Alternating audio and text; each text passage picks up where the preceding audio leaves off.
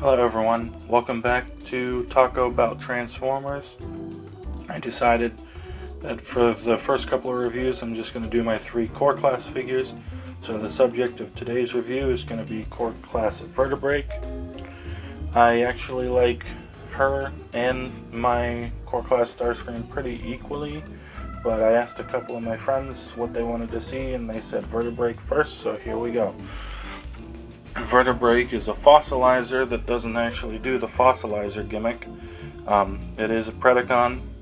Again, very cleanly painted Predacon symbol. Very nice paint accents on the chest. Throughout the whole body, actually. I mean, it's just the brown fading into the gunmetal gray looking color.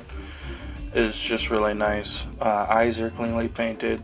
You can see the expression on her face. She doesn't look too happy. Coming around to the back, you can see her weapons stored on the back there. And it's got a nice fade from one end to the other, the gunmetal to this light brown color. Not a lot of kibble. Kind of got the Grimlock arms going on. As far as posability goes, she has a ball joint at her head, unlike Rat Trap's swivel. It is a ball joint, so you can get up, so you can get down, a little bit side to side. Rotation is hindered by these little tusks on her face hitting up against her shoulder, but that's okay. The figure has a ball joint at the shoulder, so you can get out, forward, backwards. It's hindered by the backpack, obviously. Ball joint at the elbow. Get you a bend and a rotation, and the shoulder can act kind of like a bicep swivel. No waist articulation. Universal ball joint at the hip again, just like Rat Trap, only this time you can actually move it back as long as you're not colliding with the weapon, and it can give you the full splits. Knee is not a ball joint this time, it's just a hinge knee, so you can't really turn it. The only kind of thigh swivel you get is here at the ball joint, and it's a little hindered in the back, but you can get it tilted forward. Ball joint at the feet, so you got your side to side, you've got your swivels, all that good stuff. As for accessories for Vertebreak, she comes with her little whip sword weapon. It's got both a 3mm and a 5mm kind of port adapter there, so you could have a larger robot hold it or Rat Trap hold it. She'll hold it via the 5mm, so you just plug it into her hand, and there she is, all warmed up, looking pretty good. We'll go ahead, put her off to the side, get our size comparisons. I'm going to bring in Rat Trap from the last review just as a core class comparison, because he's going to be in the videos as the core class stand-in. There she is next to Rat Trap. A little shorter at the face, but if you count the top of her head, she's about the same height. And then we're going to bring in Deluxe Class Whack-A-Arachnia. This is where I'm going to have to widen my screen here and to start angling up, because they're going to get taller from here. So there she is with the Deluxe Class. Once again, I'm bringing in Voyager Cyclonus. He is definitely one of my favorite figures out of this whole trilogy. Being Siege, Earthrise, and Kingdom, Cyclonus wins. And it's not just because he's got the orange on his stomach. In case any of you are wondering, orange is my favorite color, so I might show some bias. As is for our leader class figure today, it's going to be another T-Rex, but it's going to be Megatron this time, as opposed to Grimlock. Let me get him standing. I had him.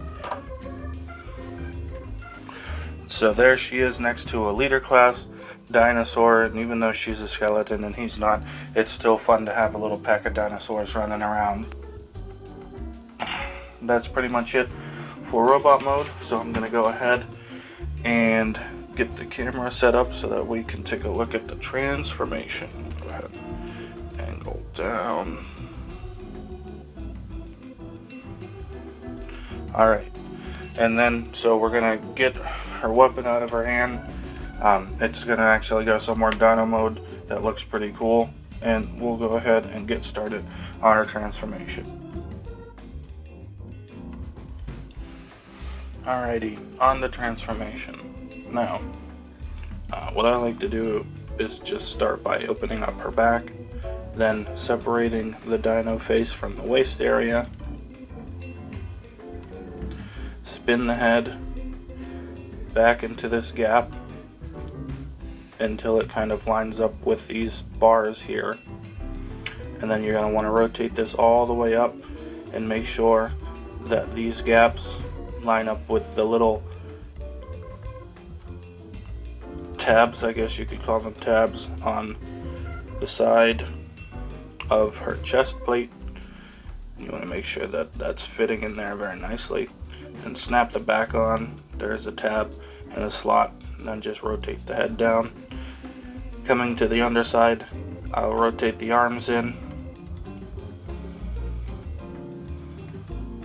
and then on the side, her arms have little tabs that just kind of fit between a couple of the vertebrae on the Dino Mode.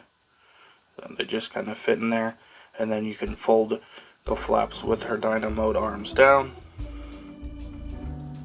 and then just do what you want with the legs.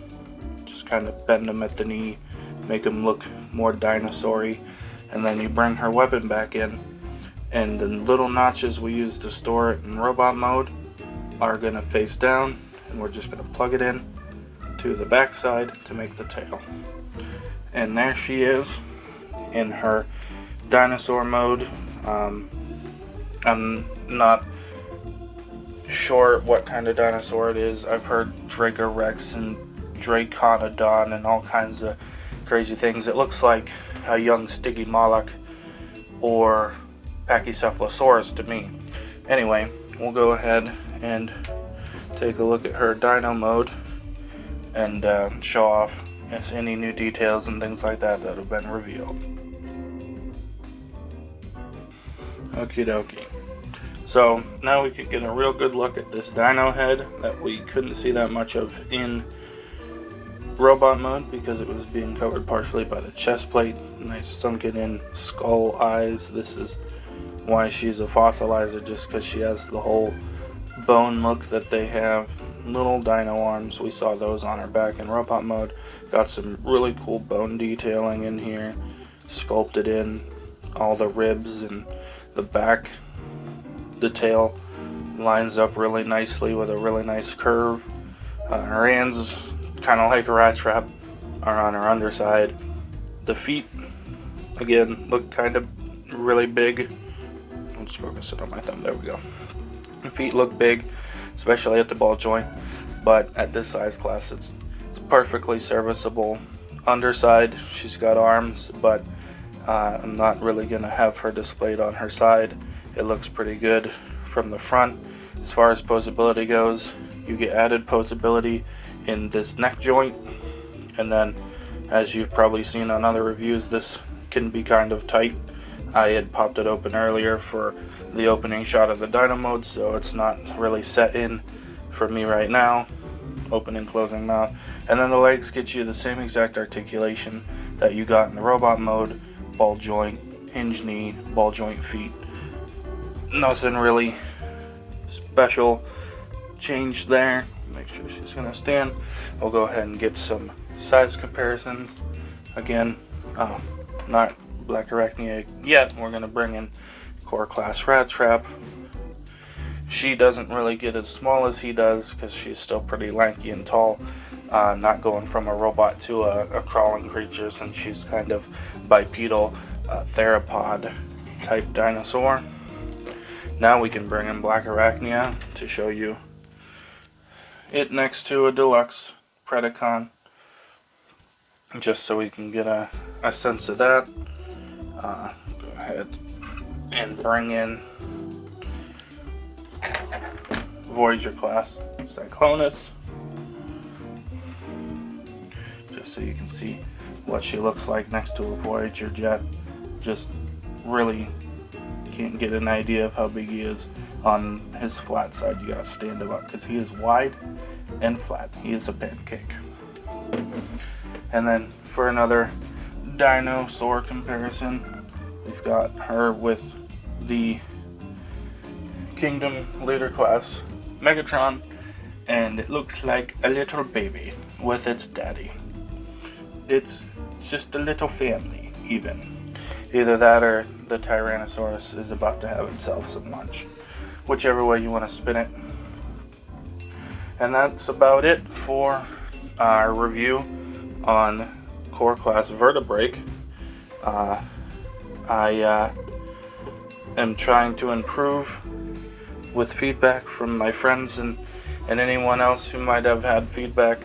Yesterday I didn't have a functioning mic, so I was just recording through the microphone on my device. Today I ended up getting my mic to work, and then yesterday I used music on my film editor on my phone that it had, and I guess that demonetized it, or maybe shouting out certain other YouTubers did. So I'm avoiding shout outs by name specifically, and I'm gonna add in some different music from last time that'll hopefully I'll be able to not be demonetized for it. I'm not doing this for the money, but I want to try and make sure I'm not doing anything illegal, and if the video makes money, then everything should be kosher. Anyway, thanks for tuning in to this episode of Taco About Transformers, and I'll see you next time with Kingdom Starscream.